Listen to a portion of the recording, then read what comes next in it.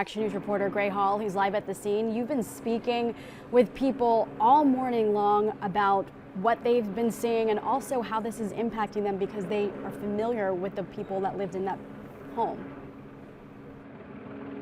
Absolutely right, Christy. How do you describe something like this, right? It's just absolutely gut-wrenching, heartbreaking, devastating. Really no other way to put this.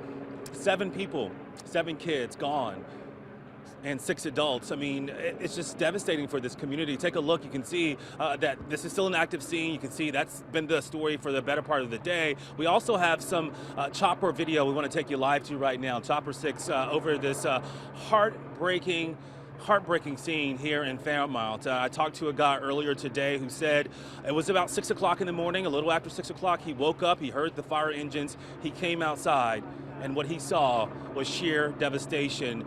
Fire was leaping from the second floor window. He heard the screams, and he just said he just lost it. Everyone I talked to today say this puts a deep hole in the heart of this community. They're not sure how to move on from here. And of course, now the work begins for investigators to figure out how this happened, why this happened, and to try to prevent it from happening again. Take a look, or listen rather, to one of the individuals I spoke to not too long ago. I mean, it's devastating to wake up and hear 13 people died. It's crazy. Everyone's trying to get a feel for this community, you know, like if people know each other, were people close? Did you know the individuals? Did you see them? I knew of them in passing, saying hello. I think for most people on the block, it's the same thing. It's a tight-knit community. We might not be hanging out, but it's just, each other, so, yeah. How has this changed this community, you think?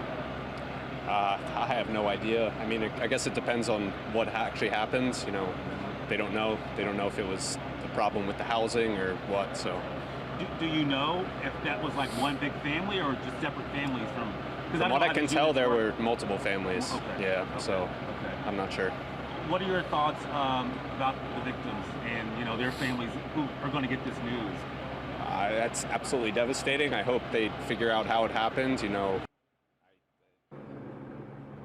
All right, so back out live, just a sheer sadness over this neighborhood. And I tell you that if you were here, seeing the people that live here, talking to the firefighters, you can feel the pain and the hurt in this community. Again, so far, firefighters, investigators have not released the names of those victims, but I think it's so important to remember that 13, not just a number. These are lives that are forever gone now, and heartbreakingly, 7 children. I can tell you not too long ago, there was a gentleman that came up to the rope here and was talking to the officer, and he said, I think my grandson was among the victims.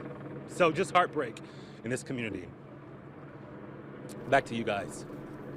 Gray, thank you. And a bit of transparency, that sometimes these stories are difficult for us to process in real time as well. So we appreciate the show of emotion because we're all feeling.